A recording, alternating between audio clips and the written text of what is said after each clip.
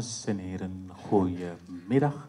Welkom in de grote zaal van de Belmerpark Theater. Graag vandaag uw attentie. We vragen iedereen om hun telefoon op stil of uit te zetten. Het is niet toegestaan om etenswaren in de zaal te nuttigen. En de Belmerpark Theater is een rookvrij theater. Graag wil ik u aankondigen onze gespreksleider voor vanmiddag. Zij is een debatleider, programmamaker en journalist. En van haar eigen woorden de stem die mensen wakker maakt. Zij is Tanja Vrij. Yassir, wat een prachtige introductie dit nou. Goedemiddag en welkom allemaal op deze hele koude zondag in het Belmerpark Theater. We zijn heel erg blij dat u er allemaal bent. Een speciaal warm woord van welkom aan Sheldry Osippa. Hij is gevolmachtigd de minister van Curaçao. We zijn blij dat u er bent, meneer Osippa. Nou, er waren wat huishoudelijke mededelingen. We zijn natuurlijk iets te laat begonnen, maar volgens mij komt het allemaal goed. De gastheer en initiatiefnemer van vanmiddag is Sabana. En Sabana is het beraad van Antillianen en Arubanen in Amsterdam. En Sabana werkt samen bij deze bijeenkomst met een heel aantal organisaties, die ik even zal noemen. Dat is MAAP, u zult straks de voorzitter ontmoeten, Raymond Labat. En dat is Profor uit Amsterdam Zuidoost, MADI, het Antilliaans Netwerk, Student Affairs, Splika en niet te vergeten de Dienst Maatschappelijke Ontwikkeling in Amsterdam. Nou, waar gaan we vandaag over praten? We gaan van gedachten wisselen met elkaar. En ik nodig u ook heel erg uit om daaraan mee te doen. Over de vraag, de Antillen uit elkaar en hoe nu verder? We hebben even nagekeken. We zijn 4 maanden en 10 dagen na 10-10-10. Op 10-10-10 hielden de Antillen op te bestaan en werden Curaçao en Sint Maarten zelfstandige landen binnen het Koninkrijk. En werden de BES-eilanden, zoals we ze noemen, Bonaire, Saba en Sint Eustatius, een bijzondere gemeente. Nou, we willen u graag bijpraten vanmiddag en ook antwoord geven op uw vragen. Van hoe ver staan we nu en wat betekent dat voor mij als Curaçaoenaar, Arubaan, Bonaireaan, Sabaan, Sint Maartenaar of Statiaan in Nederland. Dat zullen misschien vragen zijn van heel praktisch niveau. Dat zullen misschien ook vragen zijn in het kader van, hoe makkelijk kan ik terug naar Curaçao nu? Of hoe makkelijk kan ik van Curaçao naar Bonaire of een van de andere BES-eilanden? Nou, we gaan allemaal met elkaar daarover praten en dat doen we met een deskundig panel en dat zal ik straks aan u voorstellen. Nou, het is een heel mooi programma vanmiddag, want we gaan niet alleen maar praten. We gaan ook naar hele mooie muziek luisteren. Straks kunt u luisteren naar de Curaçaose zangeres Dilea. Zij gaat voor u zingen. En daarna zal Raymond Labat, is hij in mijn vizier al? Ja, hij zit hier vooraan. Zal een uiteenzetting geven over de geschiedenis van de Nederlandse Antillen. En iets vertellen over de achtergrond van de staatkundige veranderingen. Dus dan bent u even helemaal bijgepraat wat dat betreft. Daarna gaan we debatteren. Dat doen we met 3 mensen. We zijn nog even in afwachting van mevrouw Desiree Kroes, de directeur van het Aruba-huis. En meneer Labat zal ook zitting nemen in het panel. En we zijn heel erg blij dat, waar is John Leerdam? Dat John Leerdam aanwezig is en ook zitting wil nemen in ons panel. Nou, dan is het ongeveer 5:15 inmiddels en dan gaan we luisteren naar Colin Schorea. Hij gaat een heel mooi gedicht voordragen, Mi Pueblo. Hij zal daar straks meer over vertellen zelf. Daarna is het pauze en dan debatteren we nog even door. En het laatste woord is voor T. Martinez. Vanmiddag, Quincy Gario, die zal deze middag op een hele unieke wijze samenvatten. Nou, ik heb even laten vallen. Initiatiefnummer is Sabana. En ik wil u eerst even meenemen naar de opening van de website van Sabana zometeen. En graag Ostrid Servinus nu uitnodigen om iets te vertellen namens Sabana. Ostrid Servinus was heel lang voorzitter van Sabana en is nu nog actief bestuurslid. Ga je gang. Dankjewel, Tanja. Dames en heren, ook namens mij, goedemiddag, buon tardi, Een speciale welkom naar Senor Osepa. Ik wil 2 minuten van u in beslag nemen. Meestal, mensen die mij kennen, die weten dat van mij, dat ik ongeveer 2 minuten de tijd heb voordat ik dus het programma begin. Waar wil ik met u over hebben? Ik zal meteen met de deur in huis vallen. Er is een tijd van komen en er is een tijd van gaan. Ik ben 10 jaar voorzitter van Sabana geweest. En er is een tijd van komen voor mij ook. Van komen en gaan voor mij ook. Dus de tijd van gaan is voor mij gekomen. Jawel, dames en heren. Sinds 1 januari van dit jaar kent Sabana een nieuwe voorzitter. Ik zal een paar eigenschappen van haar met u delen. Betrouwbaar, enthousiast, integer, teamspeler. Het is een persoon waar ik dus in ieder geval heel trots op ben dat zij dus in ieder geval de voorzitterschap heeft overgenomen per 1 januari. U heeft Sabana de afgelopen 10 jaar heel goed weten te ondersteunen. In goede en slechte tijden. Ik vraag u ook nu, de komende tijd, de komende jaren, om dat te blijven doen. Want zonder u kan Sabana haar werk niet doen. Kijk naar u vandaag. Wij hebben weer op u kunnen rekenen. Dames en heren, de komende tijd zult u Sabana blijven ondersteunen, maar niet onder mijn leiding, maar onder de voorzitterschap van mevrouw Maudi Bernardina.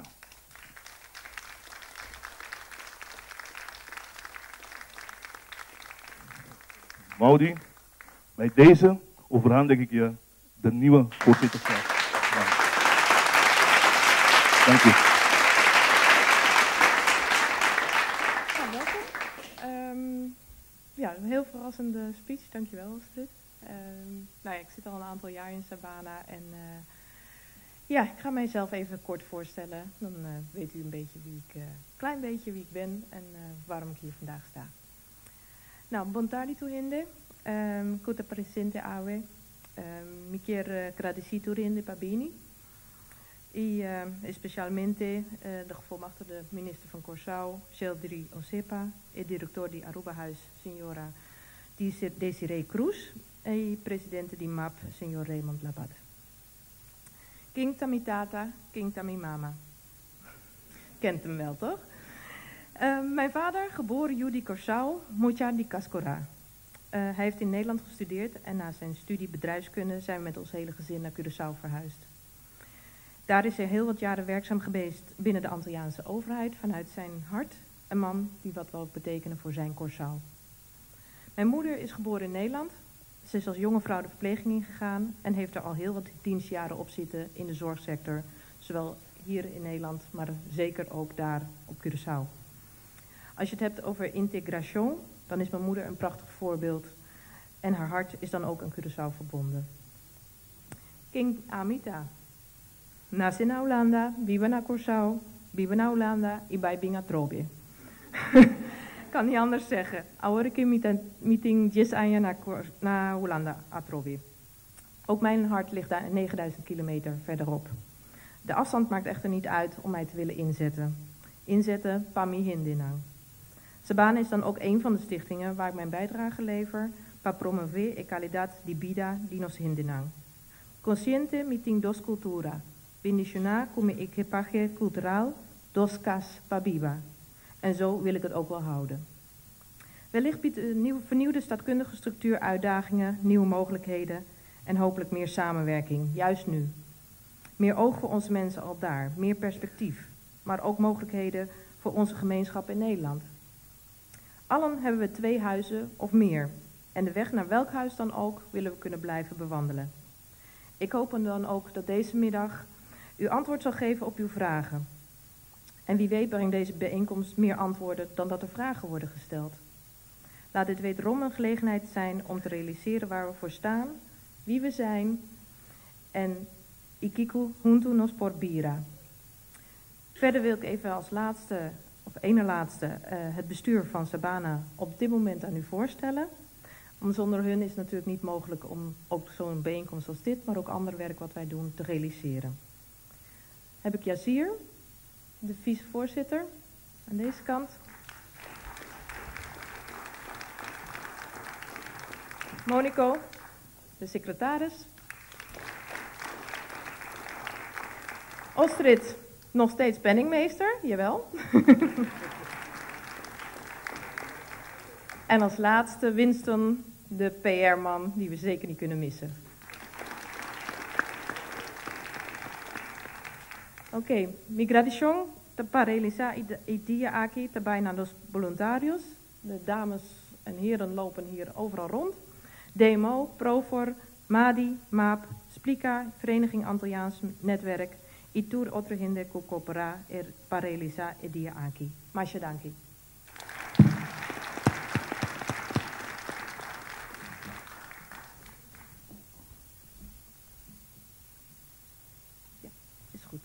Ik ga nog heel even een hele korte inleiding geven. We hebben dus sinds kort is onze website weer helemaal in een nieuw jasje gestoken. En die willen wij dus inderdaad even officieel aankondigen. We hopen dat u het zal bevallen, dat de informatie helder wordt. En hou het vooral bij. U kunt zich aanmelden. En dan kunt u inderdaad op de hoogte gehouden worden van allerlei activiteiten en nieuws die wij belangrijk vinden.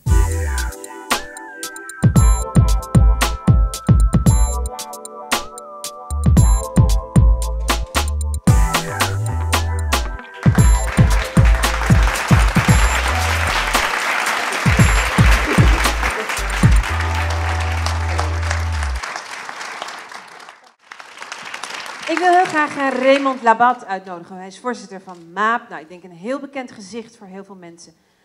Raymond, je gaat ons iets vertellen over de geschiedenis van de Antillen en over de staatkundige ontwikkelingen. Ga je gang. Dankjewel. Dames en heren, u ziet het, de Antillen uit elkaar en wat nu? Ja, die vraag stellen we ons ook.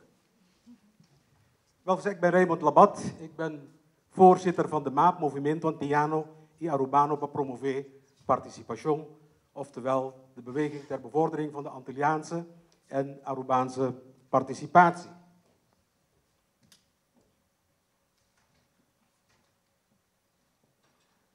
Ik wilde het even hebben met u over het koninkrijk van vroeger en het koninkrijk van nu. Het koninkrijk is continu veranderd. Tijdens deze inleiding wil ik u even terugnemen. Ik ga bepaalde dingen op een tijdslijn zetten. Ik vind dat wij als oud-Antillianen, als Juli Curaçao, als Rubiano, als Bonaireano, San Martino enzovoorts, bepaalde dingen moeten weten. Wij moeten onze geschiedenis kennen. Nosturza, de geschiedenis kunnen wij niet veranderen. Maar we moeten het wel begrijpen, willen wij aan de toekomst werken. Ik ben zelf een Antilliaan, het staat tussen aanhalingstekens. Ik zal u dadelijk vertellen waarom. Ik ben een Curaçaoenaar. Ik ben een jongen van het Caribisch gebied, I'm a CARICOM boy. Ik heb de Nederlandse nationaliteit. Ik ben ook in het bezit van een Europees paspoort. En dit alles maakt mij een wereldburger. En dat zijn dingen waar we allemaal trots op moeten zijn. Dat zijn allemaal eigenschappen die wij hebben.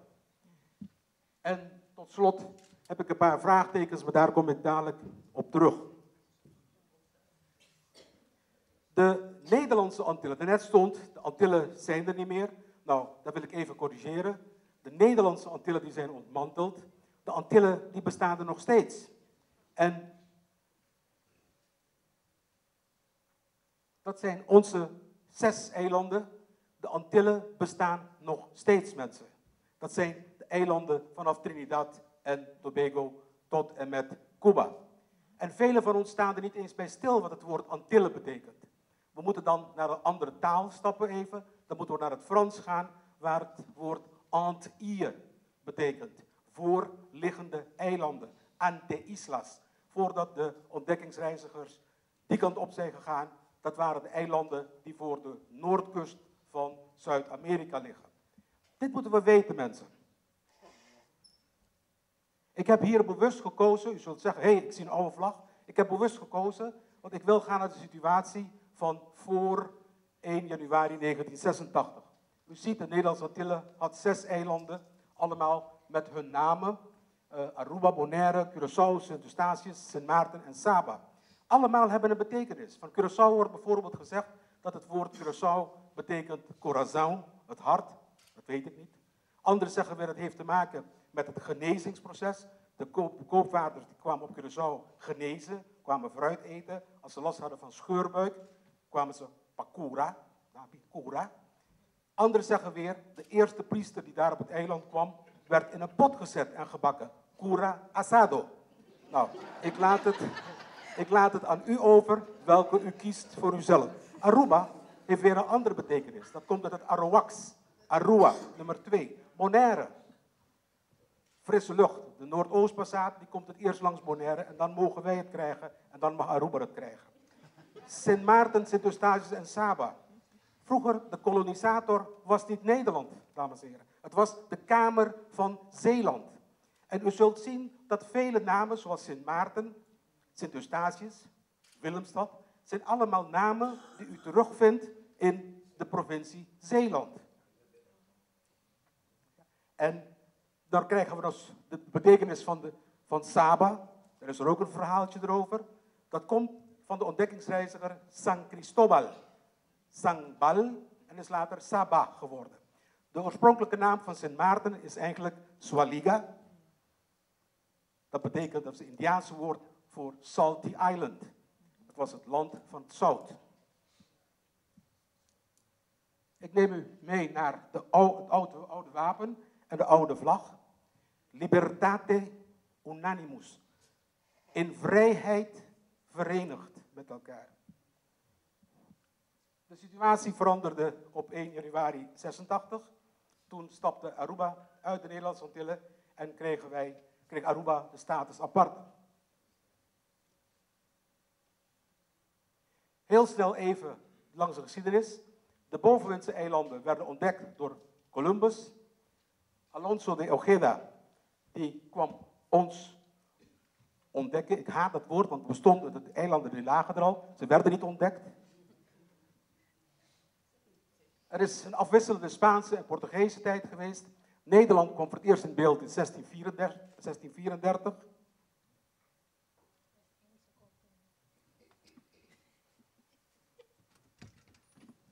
Britse en Franse periode. En sinds 1815 is Nederland er constant geweest. In 1795, dat is voor mij een hele belangrijke datum. Een heel belangrijk jaar. Dat is het jaar van de opstand van, iedereen kent over Tula en Carpata, Pedro Wacau, Louis Mercier. Dat zijn mensen die gevochten hebben voor onze vrijheid. Nederland, of de Kamer van Zeeland, schafte 1 juli 1863 de slavernij af. Op papier. Het is nog veel langer doorgegaan. Tot midden de vorige eeuw bijna.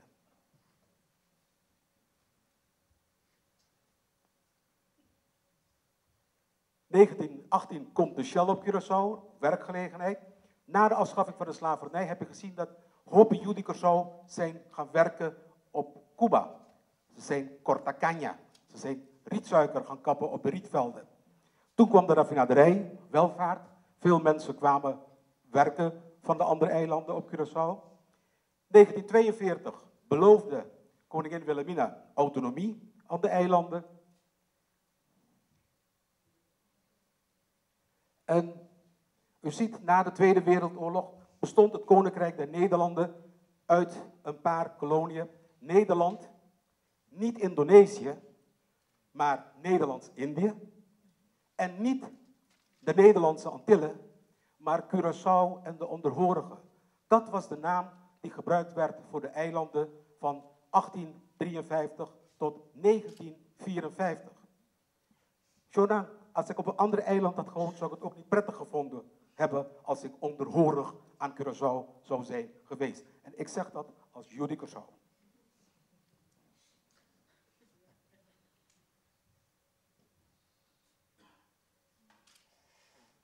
Ook na de Tweede Wereldoorlog, Indonesië Die verklaarde zichzelf gelijk na de Tweede Oorlog onafhankelijk.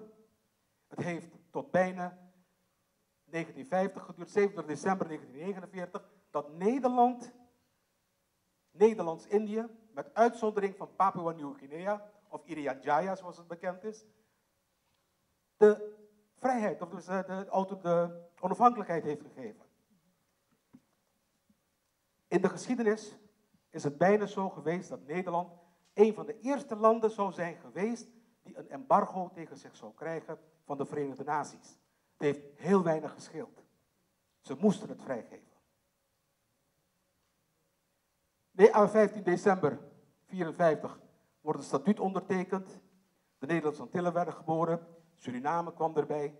Maar mensen, Papua Nieuw-Guinea, Irian Jaya, kwam onder toezicht van de Verenigde Naties. Die kregen de autonomie niet. En in 1863 werden ze weer toegevoegd aan Indonesië. Allemaal niet tot volle tevredenheid van de inwoners. 25 november 1975, Suriname wordt onafhankelijk. 1985, Shell Abatibel, Shell Abai. Laga Hopiko Shushi de Beisla. 1 januari 1986, Aruba stapt uit de Nederlandse Antillen en krijgt status aparte. En mensen, 10-10-10, vorig jaar worden, zoals Tanja net zei, Curaçao en Sint Maarten autonome landen binnen het Koninkrijk der Nederlanden. Er zijn hier in Nederland weinig hoogleraren die het statuut is niet van het Nederlandse Antillen, het statuut is van het Koninkrijk. En er zijn weinig hoogleraren, op eentje na waarvan een persoonlijke vriend van mij, dat is professor Leonard Besseling in Utrecht, die behandelt het statuut met al zijn studenten. En ik denk dat vele hoogleraren van andere universiteiten zo'n voorbeeld moeten nemen aan deze man. Want wij weten wat er 10-10-10 is gebeurd, trouwens dat veronderstellen we. Maar loop door de straat in Nederland en vraag wie dan ook hier in Nederland, wat is er gebeurd op 10-10-10? Anderen komen naar mij toe, jullie zijn onafhankelijk geworden. Ik zeg, nee, we zijn niet onafhankelijk geworden, wij zijn autonoom geworden. Wat betekent dat? Nou, sta je weer aan het uitleggen. Ik heb besloten een opname te maken en het af te draaien iedere keer. En dan de 3 eilanden, Bonaire, Sint-Eustatius en Saba. Ook wel eens onjuist genoemd, bijzondere gemeenten. Het zijn openbare lichamen. Het zijn nog geen gemeenten. Het is precies dezelfde structuur die men gehanteerd heeft toen de tijd voor Almere, Lelystad. Ik zie mensen uit IJsselmeer, precies. Ik zie mensen hier uit de polder die hier zijn. Jessie. Dus het is dezelfde structuur, heeft men dus voor Bonaire, Sint-Eustatius en Saba. Een van mijn eerste sheets.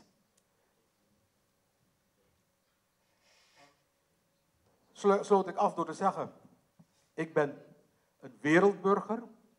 Shonang, dat is iets wat tussen mijn oren zit. New hende no pukite dimi. Dat dimi eta, is van mij. En jullie moeten ook trots zijn op al deze punten. Want het is van jou.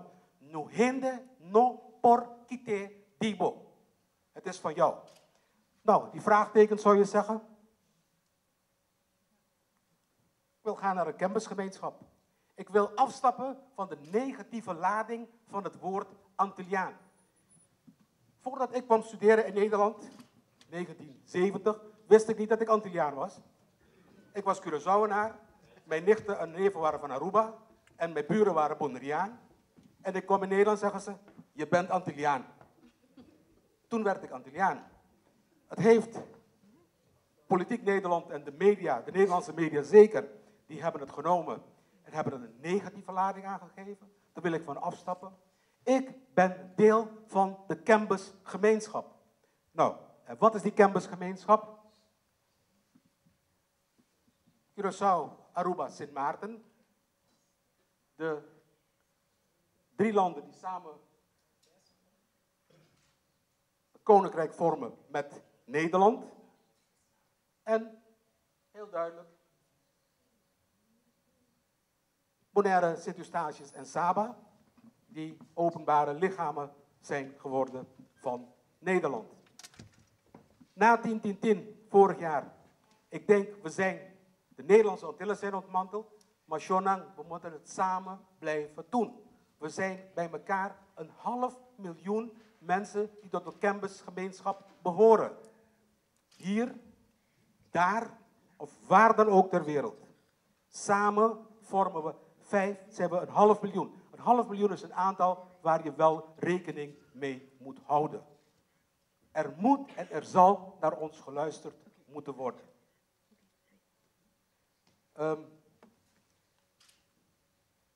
Een bestuurslaag is verdwenen. Elk eiland is op zichzelf gegaan. Andere eilanden zijn openbare lichamen geworden. We zullen het samen moeten blijven doen. Het is net een gezin dat groeit. De kinderen groeien op. Verlaten het ouderlijk huis. Maar komen toch bij mij weer eten, zo nu en dan. En ik wil aan jullie allemaal een oproep doen. We wonen op dit moment in Nederland, Shonan. Ik heb persoonlijk in 8 landen gewoond in mijn hele carrière. Niet uit vrije wil. Ik werd iedere keer overgeplaatst. Als er over integratie gesproken wordt, vraag het mij. Ik heb het 8 keer moeten doen. Ook toen ik terugging naar Curaçao, moest ik weer integreren. En ik heb het iedere keer gedaan. We wonen nu hier. Hier moeten we ons aanpassen. Als we morgen teruggaan naar een van de 6 Cambus-eilanden, dan is het een keus die we dan maken. En ik wil afsluiten. 2 maart, Shonang, bij Voda. Vertel het om je heen. Zet het op. Stuur een mail naar al jouw contacten. Roep de mensen op om te gaan stemmen. Politiek Nederland gaat, naar mijn mening, niet een goede kant op. Maar wij blijven Mintavota. Zo Miami bij Bekker zou toch. Nee, je bent nu hier. Je hoort hier te stemmen. Shonang, masha danki. John,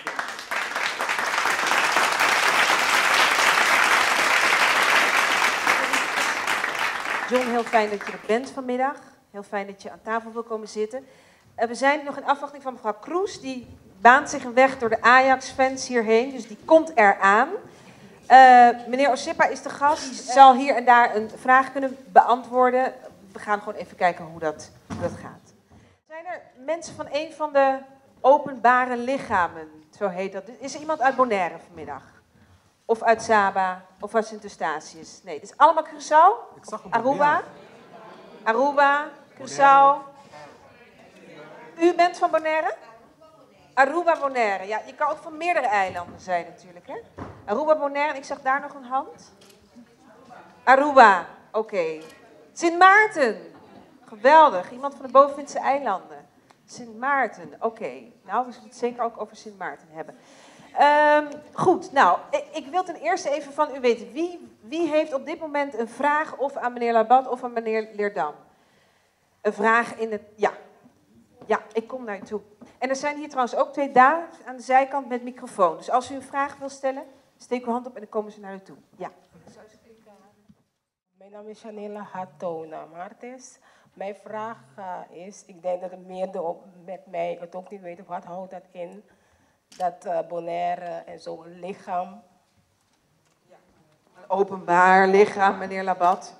Wat betekent dat en wat houdt dat in? Want je hoort toch dat hun gemeente is, maar... Ja, okay. Ik denk dat dat een goede vraag is voor meneer Labat. Ja, kijk,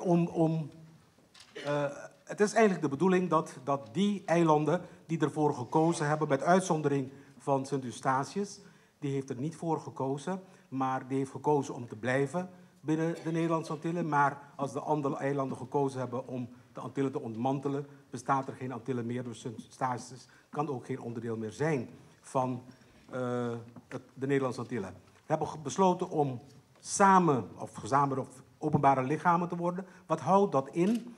Je kan niet van de een op de andere dag gemeente worden. Om gemeente te worden moet je voldoen aan heel wat regels. Moet je voldoen aan de gemeentelijke wetten die er zijn. En dat is een heel proces. Hetzelfde wat de IJsselmeerpolders mee hebben gemaakt. Het is een proces waar je naartoe groeit. Misschien, dat weten we niet, misschien worden die 3 eilanden ooit eens nog een keer volwaardige gemeentes van het Koninkrijk, van Nederland, binnen het Koninkrijk der Nederlanden. Maar het is En natuurlijk mag wel ik- zo, mag ja, ik- dat... mag ik dat even aanvullen? ja, maar, oh ja. Dat John, klopt dan? wat de heer Labat zegt. En dat betekent dat er een tussenperiode is vastgesteld in bij de behandeling van, zoals dat heet, de BES-wetgeving. Dat betekent dat de WOLBES-wetgeving ook, dat binnen 5 jaar een evaluatie plaatsvindt. En gedurende de evaluatie, dat wordt gehouden van hoe het allemaal verloopt en hoe het allemaal verlopen is, zal dan het besluit genomen worden als ze een gemeente worden of een andere status kunnen krijgen of dezelfde status behouden zoals dat nu is. Omdat ze meer tijd nodig hebben om de transitieperiode verder te bevorderen. Maar misschien is het goed om even heel concreet te worden. Ik denk bijvoorbeeld wel aan een heleboel wetten die worden ingevoerd. Hè? Ja. De wet op abortus, ik kijk hier even naar zeggen. Dus het is wel zo in die zin Ja. dat die 3... Ja, ik kom bij u hoor. Dat die 3 eilanden Nederlandser worden. Ja. Dat kunnen we wel zeggen. Ze worden steeds Nederlandser. En dat is ook de bedoeling, dat is ook de keuze. Behalve Sint-Eustatius, correct zoals de heer Labat heeft aangegeven. Maar het betekent wel, vandaar ook die transitieperiode. Dat mensen natuurlijk kunnen wennen aan de situatie. En het betekent ook dat er tussentijds, misschien gedurende die 5 jaar, zou er tussentijds kunnen zijn dat men zegt, even stop. Het gaat misschien te snel, of wij willen dat eigenlijk niet. Maar het zou feit je dat... een voorbeeld kunnen geven van waar het snel zou kunnen gaan? Waar bewoners van die eilanden zouden kunnen zeggen, nou, hier hebben we moeite mee, of dit is toch wel heel veel Nederlandse invloed. Nou. En dat mensen een beetje een beeld krijgen van de veranderingen. Momenteel niks eigenlijk. Maar ik denk aan de wet op euthanasie, abortus. Daar is al in de Kamer over gedelibereerd, want eigenlijk zoals het nu, wat er eerst vorig jaar toen de wetgeving werd behandeld, zou je het gelijk moeten kunnen worden, zou het gelijk geïmplementeerd moeten worden, dat betekent gelijk uitgevoerd moeten worden. Maar toen is in overleg met de eilanden zelf, is er toen gekozen om het niet gelijk binnen een jaar te implementeren, maar men heeft gekozen voor een tussenfase, om te zeggen voor sommige van de wetgevingen, om soms 2 jaar, soms 3 jaar de transitieperiode te volgen voordat de wetgeving wordt ingevoerd. En dat het samen met de eilanden moet gebeuren. Dat betekent dat die mensen ook in de commissies momenteel zitten, om te zorgen om het tot een goed einde te brengen. Ja, maar het duidelijk verschil is dus wel dat uiteindelijk, en dan kom ik echt bij u, die Nederlandse wetten op die 3 eilanden gaan gelden, in tegenstelling tot Curaçao en Sint Maarten, die natuurlijk hun eigen wetgeving hebben. Dus Curaçao en Sint Maarten hebben hun eigen wetgeving, maar dat betekent ook dat bijvoorbeeld, we hebben wel het CFT, dat is dus de Commissie Financieel Toezicht, waar we ook al hebben gezegd, hebben aangegeven dat vanwege de hoge schuldenlast die er was, is er dus op een gegeven moment in de wetgeving, voordat we Curaçao en Sint Maarten hun landstatus gaven, is toen afgedwongen in de Kamer, zowel in de Tweede Kamer als in de Eerste Kamer, dat de eilanden in ieder geval, dat ze niet meer de mogelijkheid kregen om zo'n grote schuld op te kunnen bouwen. Ja. En toen hebben we een CFT, de Commissie Financieel Toezicht, opgericht, waar vertegenwoordigers van de eilanden en vertegenwoordigers van Nederland gezamenlijk in zitten en die controleren de begroting. Ja, ik ga nu naar deze meneer toe. Ja. Zou u zich even willen voorstellen ook? Ja, mijn naam is Meijer. Ik wil op 2 dingen wijzen. We zitten in een gevaarlijke periode. In een openbare lichaam houdt in, je hebt geen commissaris van de koningin, maar je moet een landdrost hebben. Een landdrost. Wat is dat? Een landdrost is eigenlijk iemand die namens, als het ware, een soort gouverneur, noem maar op. Ja. Maar dat is nog niet benoemd. Kemp, de huidige minister van Sociale Zaken, was daar een tijdelijke commissaris van de koningin. Hij is er niet meer, dus op Henk Kamp, ja. Op dit moment is er eigenlijk een bestuurlijke lacune binnen de Koninkrijk der Nederlanden, wat eigenlijk in strijd is met de grondwet. Laten we dat gewoon keihard vaststellen. Want Ja, er maar is, ja. er is tot nu toe niemand benoemd om die lacune in te vullen.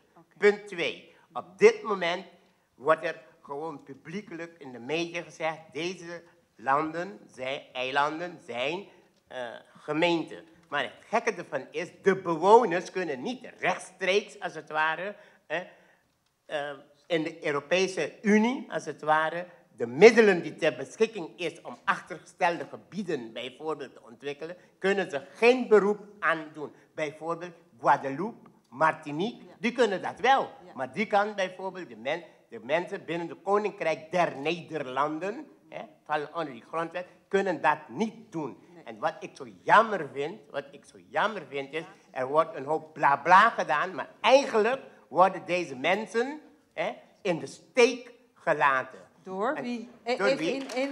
Door de Koninkrijk der Nederlanden. Ja. Helaas, Door de Koninkrijk der Nederlanden. Ja, er is helaas geen vertegenwoordiger van Binnenlandse Zaken aanwezig. Nee, natuurlijk niet, want die duiken iedere keer weg. Die zou hier zijn. Dus we moeten onze don't kill the messenger. Ja, maar don't kill the messenger. Meneer, want ik wil wel even nu naar een vraag van u toe. Ik begrijp uw verontwaardiging, maar ik wil toch even reageren, ja. want het klopt niet helemaal. De eilanden hebben aangegeven, tijdens de wetgeving in de Kamer hebben de eilanden toen zelf, de bestuurders op de eilanden, in name van de bevolkingen van de eilanden, hebben toen gezegd dat zij de situatie vanwege de versnelde fase waarin alles verliep, hebben ze gekozen om de positie van de gezaghebber te handhaven. En inderdaad, niet een commissaris van de koningin zomaar te benoemen, maar een rijksvertegenwoordiger te benoemen. Daar is de Kamer mee akkoord gegaan, zowel de Tweede Kamer als de Eerste Kamer, als de Staten van de Nederlandse Antillen. En de eilandgebieden van de Bonaire, Sint-Eustatius en Saba. Nee, er is nog niemand benoemd. Er is nu een waarnemer. Dat is de heer Gerritsen. Ja, die neemt waar. En de procedure voor de rijksvertegenwoordiger, die loopt. Oké, ik wil even naar een andere vraag. Marlon Reina hier. Ja, dank u wel voor uw antwoorden, maar misschien kunnen we het in wat bekendere woorden vertellen aan ons om het te begrijpen. Hè? Openbaar lichaam of niet, dat betekent dat het bestuur is veranderd. Misschien kunnen de panelleden in de woorden die we al kennen uitleggen wat is veranderd. Vroeger hadden we op Bonaire bijvoorbeeld een eilandsraad en een gezaghebber en een bestuurscollege. Zijn die dingen verdwenen? En leg ons nu uit hoe de macht nu is. De huidige eilandsraad, waarover kunnen ze wel bepalen of wat niet, en waarover kan Nederland bepalen. Concreet, dat ja, duidelijk.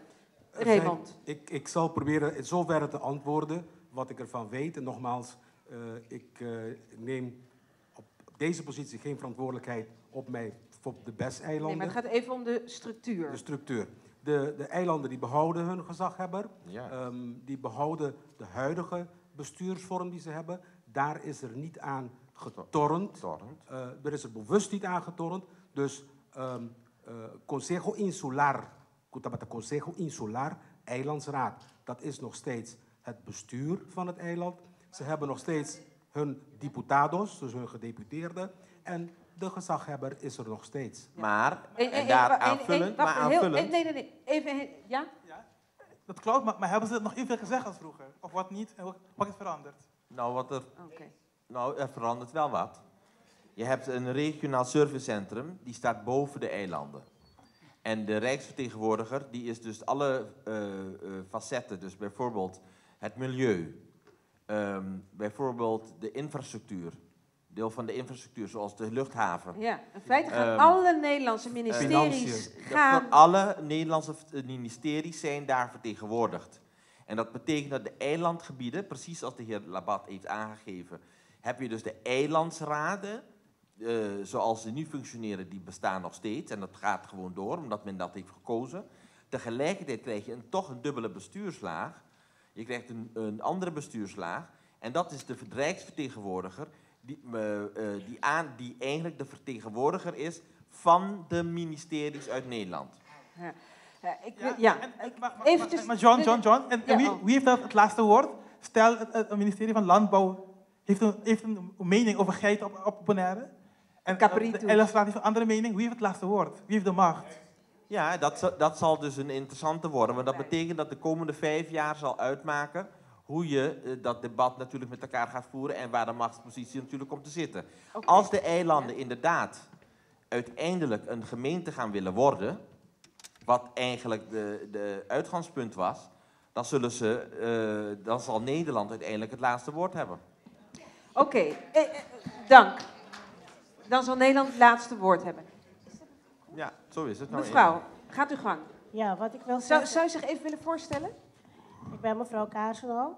Ik wil even zeggen, ik vind dat voordat het zover is gekomen, was er heel veel informatie en alles, Antillen gaat uit elkaar. Maar ik vind dat de informatie naar ons toe is heel weinig. Toen met het ontbinden van het Antillenhuis kwam alles op tv zo groot mogelijk. Maar de andere informatie die voor ons van belang is, vind ik dat uitblijft. Dus ik vind dat wij als Antillianen iets meer informatie moeten hebben. Deze vraag ga ik even voorleggen aan de volmachtigminister van Curaçao. Ik snap dat u niet alle vragen kunt beantwoorden, maar u voelt de informatiebehoefte. Deze mevrouw zegt, waar kan ik informatie vinden? Op dit moment, ik moet als eerste aangeven dat dit verzoek of wat u zegt door ons serieus zal worden genomen. Het is inderdaad zo dat niet alle informatie dat je op dit moment zou willen hebben voorhanden is. Dat heeft met verschillende dingen te maken. Het heeft te maken met aan de ene kant de reorganiseren van het departement op Curaçao zelf. Daar zijn ze bezig, al de verschillende ministeries, verschillende departementen, zowel als op eilandniveau als landniveau in één te zetten. Dat gaat niet zo snel, dat gaat langzamer dan wij gehoopt hadden. Voor wat betreft in Nederland zelf zijn wij bezig met, in dit geval in het concreto, mensen aantrekken om hiermee belast te worden.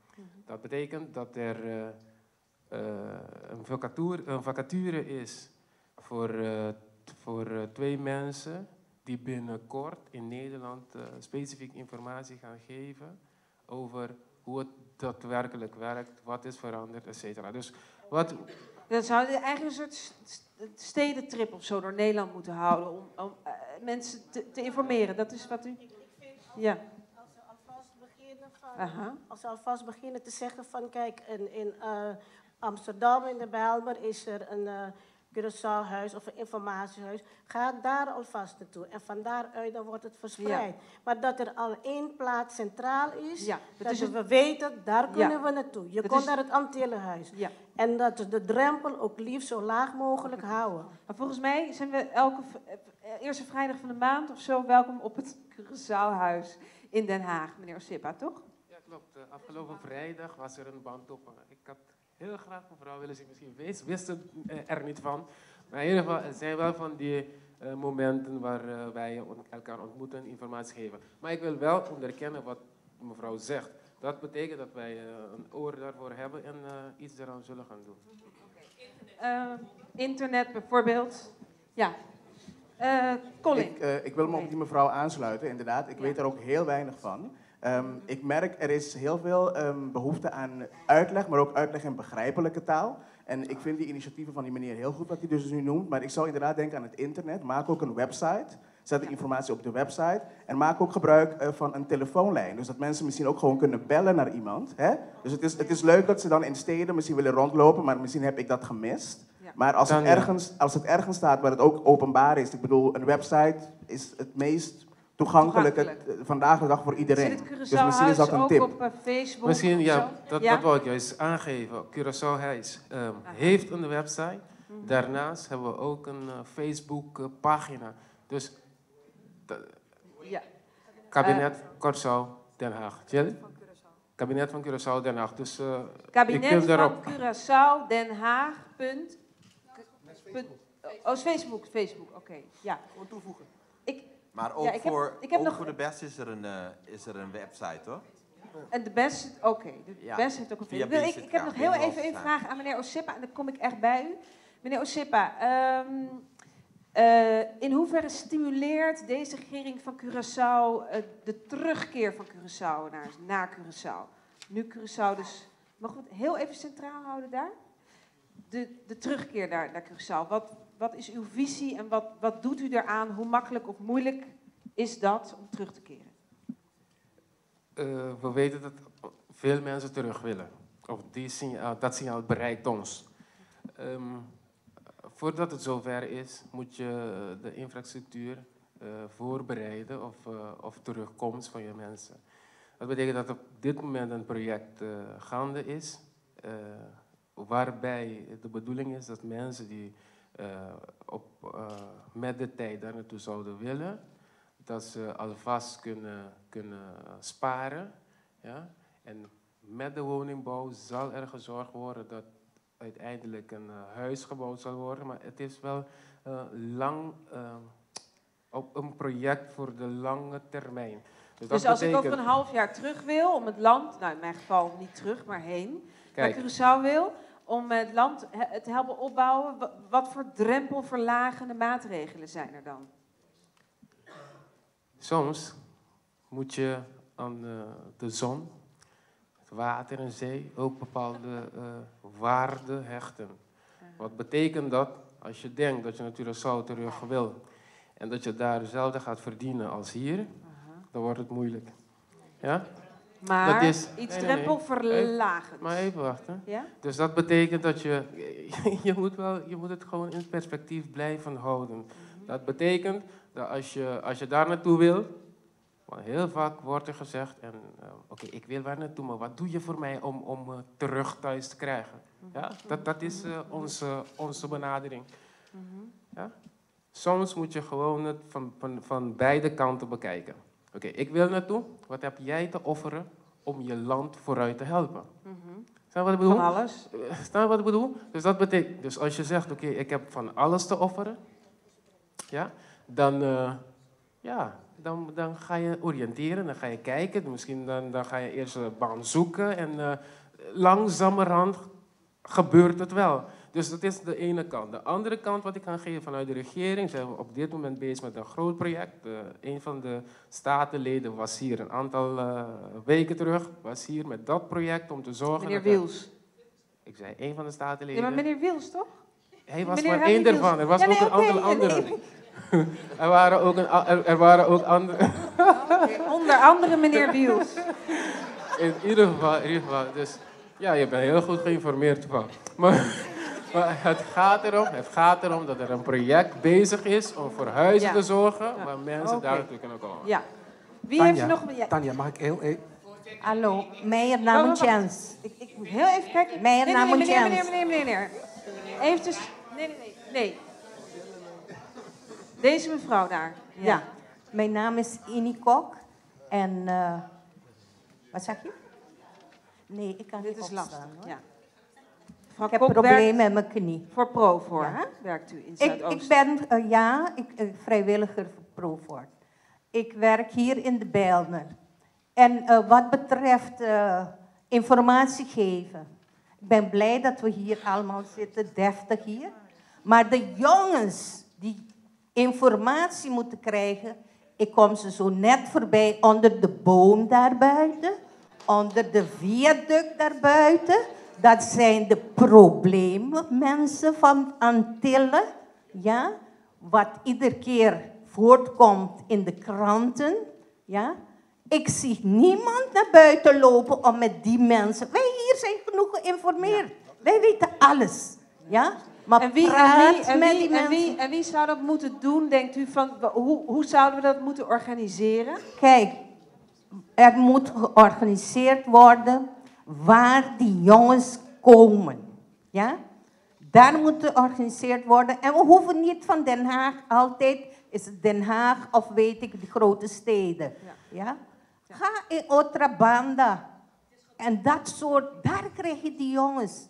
Ja? Ik wil en even in die reageren. kleine instantie, Wacht even, kleine is plaatsen, duidelijk. heb je de mensen die we nodig hebben en die terug zou willen gaan naar Curaçao. En waar die mensen van Curaçao, wanneer ik op de Antillen ben, op de radio hoor je allerlei verhalen. We hebben dit bereikt in Nederland, we hebben dat bereikt. Maar waar zijn de huizen, het werk? Haal die projecten op Antillen, kleine projecten, hoeft niet groot te zijn. Op Bonaire zie je een klein beetje. Ja? Waar blijven die? Wij hoeven niet hier te bedelen, want we hebben het slecht. Er zijn heel veel mensen die terug willen. Ik ben er één van. Ik heb een klein pensioentje nu, ja? En ik wil terug, maar er is niks voor ons daar. Oké. Ik wil even, dank voor uw verhaal. Ik wil even John Leerdam laten reageren. De mensen om wie het gaat worden voor een deel onvoldoende bereikt.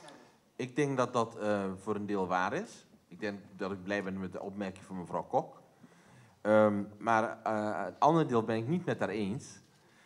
Ik heb Anna Alcantara, die zit ook in de zaal, als ik me niet vergis. Die zit hierboven. Ik heb Anna Alcantara verschillende malen heb ik haar gezien op de markt. In Otrabanda. Op verschillende plekken in de wijken. Hier in Amsterdam Zuidoost. Anna, zou je naar beneden? Maar ook zelfs in andere delen van de stadsdelen van Amsterdam. Waar ze informatie verschaft. Anna Wanoratu.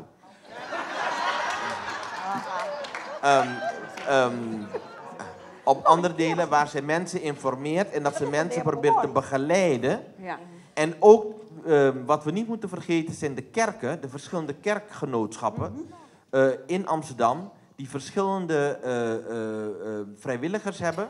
Die in goed samenwerking met het Curaçao-huis, met het Aruba-huis, zelfs met sommige mensen van de Binnenlandse Zaken, proberen de mensen te informeren.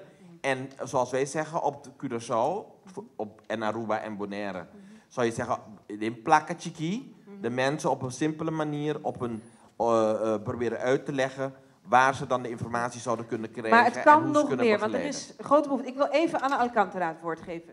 Je bent politica in Amsterdam Zuidoost. Nou, maar dat heeft op dit moment niks mee te maken. Ik wil wel reageren op wat mevrouw Kok zegt. Want misschien is zij niet op de hoogte, maar de heer Osepa is al 2 keer hier in Zuidoost geweest. Afgelopen vrijdag was hij ook in Zuidoost. Vorig jaar was hij op mijn, ik heb hem uitgenodigd, hij is geweest. Hij is in Otrabanda geweest, 2 keer in Otrabanda geweest. Hij heeft in de wijken gelopen.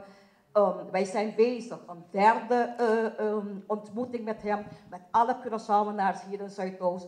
Dus het gebeurt. Maar dat u dat niet weet, ja, dat kan ik ook niks aan doen. Mevrouw Alcantara, kunt u ingaan op wat zij zegt, dat de jongeren die hier onder de boom staan of in het viaduct, dat die ook informatie willen en dat daar blijkbaar nog niet voldoende... Maar dan moet zij wel weten wat het jongeren zijn. Kijk, de jongeren die hier onder de boom zitten, die zijn een totaal andere soort jongeren. Ja, maar die willen misschien ook terug naar Curaçao. Wacht even. Nou, kijk, als dat zo is... En kijk, wij hebben al gezegd, de derde ontmoeting, of de derde bezoek van de heer Osepa, wordt zo'n soort bezoek, dat wij dus, daarom heb ik heb hem net gezegd, geef mij een maand de tijd om het heel goed te organiseren, dat wij dus alle instanties, alle jongeren benaderen. Mevrouw, ze zit hier, mevrouw van Street Corner Work. Ik heb haar ook gezegd, zij is een mevrouw die met dat soort jongeren te maken heeft. Zij komt ook in het bezoek. Dus het wordt iets aan gedaan. Dus mevrouw, ja, goed. Je hebt mijn telefoonnummer, je weet mij te bereiken altijd, bel me even op. Dank. Ik wil even naar uw buurman. Mijn naam is Elton Villarreal en het spijt me mevrouw Cox, maar het is inderdaad niet waar, want ik werk ook met jongeren. En ik had toevallig vorige week ook met Stadsdeel Zuidoost een gesprek. En ik kom ook met die jongeren in aanraking. En die jongeren, ze hebben informatie. Dat is nummer 1. Ze zijn beter geïnformeerd dan de meesten van ons. En dat zal u verbazen. Nummer 2, het is de setting waarin zij de informatie krijgen. Nee, ze komen niet hier in pak zoals wij hier zitten. Nee. Maar we kunnen niet zeggen dat ze geen informatie hebben. Wel ben ik met u eens, misschien kan het op een andere manier met hun omgaan. En dat betekent social media. Meer zeggen van, in plaats van dat je naar een station moet gaan of wherever en gaan zitten praten met hun in een pak. Dan zeggen we, ik gebruik Facebook, ik gebruik Hive. Ja. Anders, maar geloof me, ze hebben die informatie. Oké, dank u wel.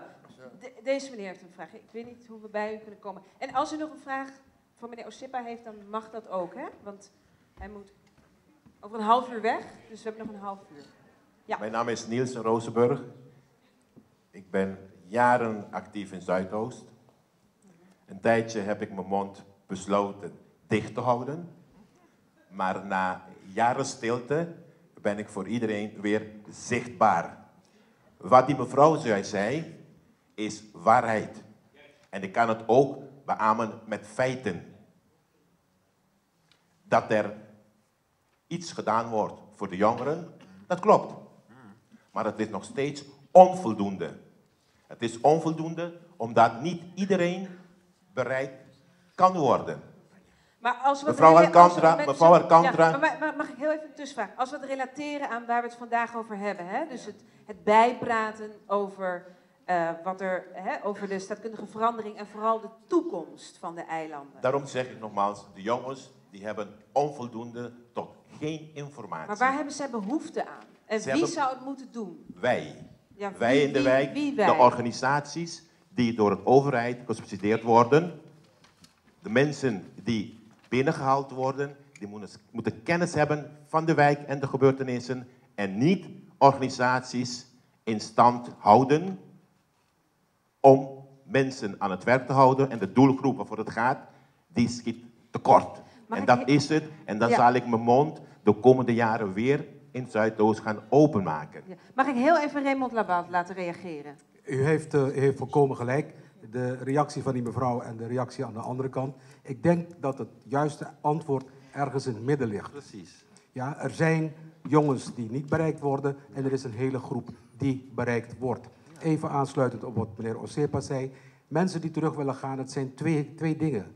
Je moet kiezen, je kan kiezen tussen welvaart en welzijn. En de kunst is je juiste evenwicht te vinden, wat hij zei, bij Gosa di Balamang, bij Gosa di Bosolo. En stel niet alleen de vraag van, wat ga je voor me doen? Wat kan jij voor me doen? Wat het bereiken van die jongeren betreft, moet ik zeggen, ik ben zeer trots dat ik hier vandaag zeker 2 van onze bestuursleden heb gezien. U heeft Yassir Francisca gezien, de vicevoorzitter van Sabana. Dat is de PR-man binnen het bestuur van de MAAP. En we hebben net Elton Villarreal gehoord, de man, een van de jongeren binnen ons bestuur.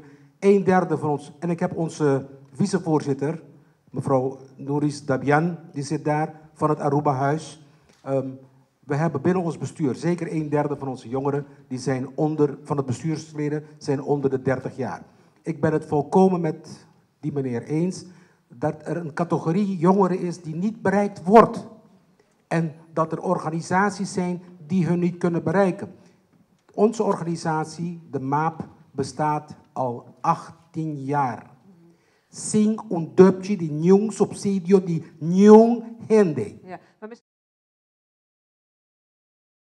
het is tijd voor wat muziek en kom erbij, niet zomaar van een dame. Dilea Gums wil ik aan u voorstellen. Ja, dit is hij. Ja. Zie? Dilea Gums. Dilea, vertel even wie je bent, wat je achtergrond is en wat je voor ons gaat zingen vanmiddag. Oké. Ja, ik ben Dilea Gums, ik ben Curaçaose. Achtergrond, ja, qua muziek zing ik al sinds ik heel klein ben. En in allerlei kerkkoren, gospelchoirs, kleine bandjes. Ik heb ook meegedaan aan Caritumba.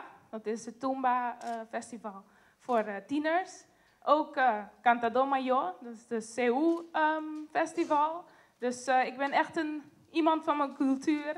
En vandaag ga ik 2 nummers zingen. Aboso, die kennen jullie vast wel, dus mogen jullie meezingen. En mijn eigen debuutsingle, Mintina di Scondi. Ik heb er niets aan toe te voegen. Ga je gaan. Muziek, alsjeblieft. Zing mee.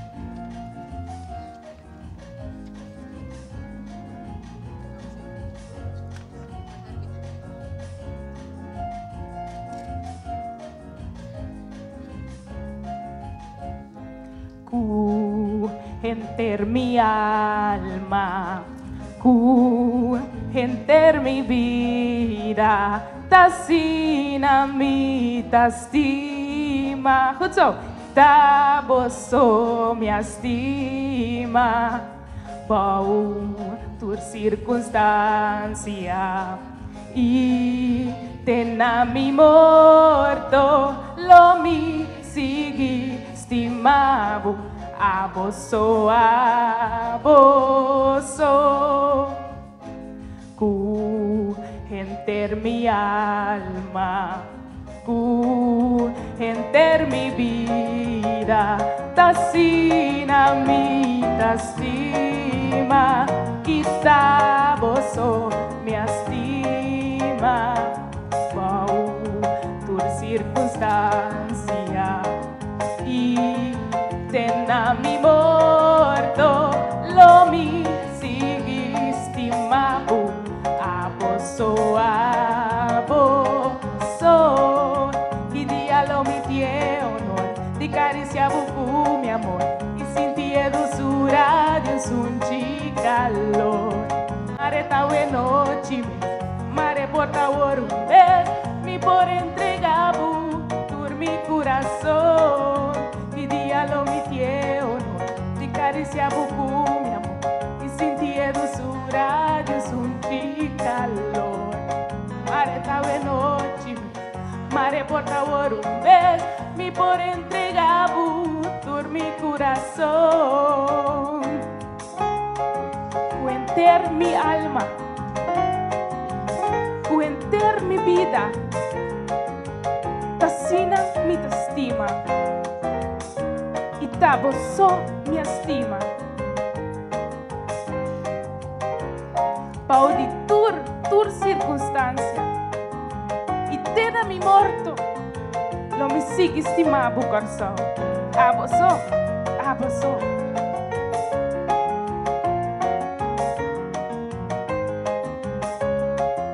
y dia lo mi tie honor di caricia buku mi amor y sentie dulzura de un calor mare tawe noche mes mare por favor un vez mi por entregabu tur mi corazón y dia lo mi tie honor di caricia buku mi amor y sentie dulzura de un calor mare tawe noche mes mare por favor un vez mi por entregabu tur mi corazón.